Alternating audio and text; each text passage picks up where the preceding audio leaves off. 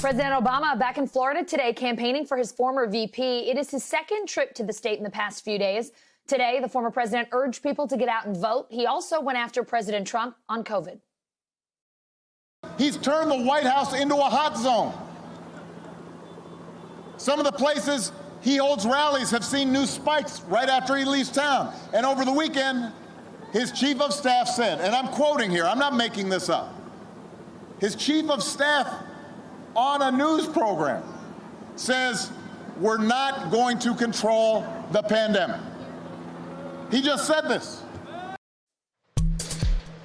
NBC News correspondent Garrett Hake is in Orlando, Florida. Garrett, we're seeing a bit of a more fiery President Obama than we're used to. He's come out swinging in this final stretch of the campaign. Where would you say he landed his most effective punches today? Yeah, this was Barack Obama unfiltered today, really going after the president in great focus on the COVID-19 response. That was the overarching theme of his remarks today. And he went after the president for, he said, essentially staying at home and shouting at the TV rather than dealing with this, for not keeping the White House itself safe, for taking super spreader events at the White House and then going on the road and campaigning around the country with them.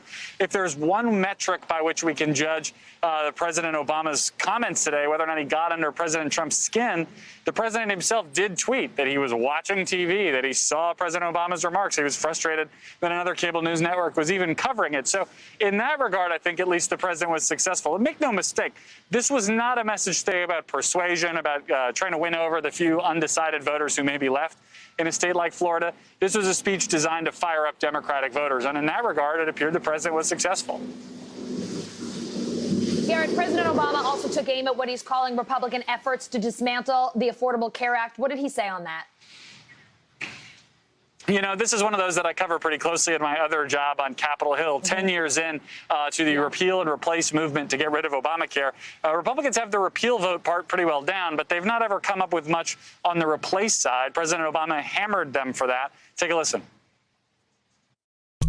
And speaking of health care, by the way, you may have noticed Republicans love saying right before an election how they're going to protect people who have pre-existing conditions. Have you noticed that? Well, you know what? Joe and I actually protected them 10 years ago with the Affordable Care Act. And, you know, those same Republicans who say they're going to protect them, somehow they have tried to repeal or undermine the Affordable Care Act more than 60 times. Allison, President Obama's not throwing this in there by accident. Joe Biden has a pretty commanding lead on the issue of health care in most of the polling that we've seen around the country, as do congressional Democrats on a generic ballot test. Congressional Democrats tend to pull better on this issue. It's another one of those things where focusing on health care might perhaps lift up all Democratic candidates on the ballot, which is, of course, former President Obama's goal here as well. Garrett, we talked about COVID, health care here. You saying, of course, that President Obama not trying to get those last-minute voters, speaking largely to the Democratic base. But what are voters there saying? How do those issues rank when they go to the polls? What's top of mind when they vote?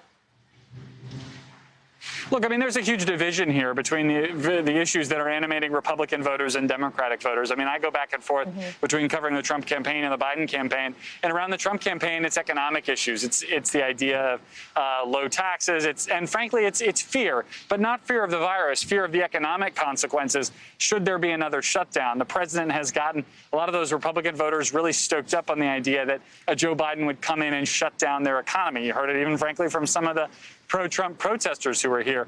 On the Democratic side, and, you know, perhaps, you know, this will be the question is whether this is the message that's appealing to independent voters as well. It is the virus. It's the president's handling of the pandemic. That supersedes everything. You know, when you cover President Trump, you can at times perhaps even forget about the virus. The president doesn't talk about it other than to complain about the coverage of it.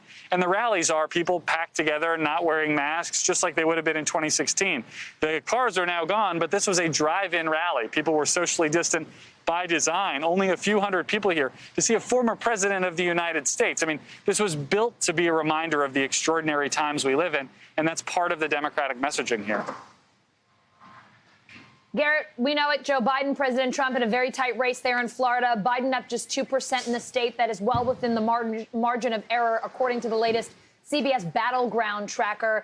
We saw President Obama in Miami on Saturday. He is, of course, or was, of course, in Orlando today. Two big cities. What is the strategy in Florida in this last week?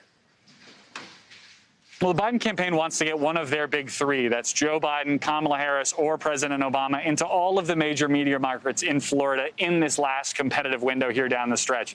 You saw President Obama in Miami, here in Orlando, by the way, a very diverse city. A lot of African-American voters here, a lot of Puerto Rican voters here, which is a core group that Democrats are targeting. We're going to see Joe Biden in the state on Thursday. I don't think we know what cities yet, but don't be surprised to see him in Tampa, perhaps just a hair more conservative of an area than is Orlando. And don't be surprised to see him, as I'm keeping tents from falling here, on the Gulf Coast in areas that we've talked about in terms of hurricane preparation over the last couple of months. The Biden campaign wants to try to hit all of the markets across this state. The margin is so narrow. The average of polls here has Biden up about 1.8. This is traditionally a 1-point state, but a win here, bang, that's 29 electoral votes. That probably all but closes the door on a Trump re-election. That's why you're seeing such an enormous commitment of resources by the Biden campaign.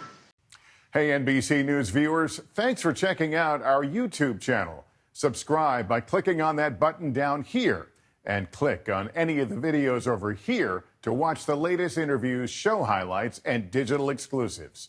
Thanks for watching.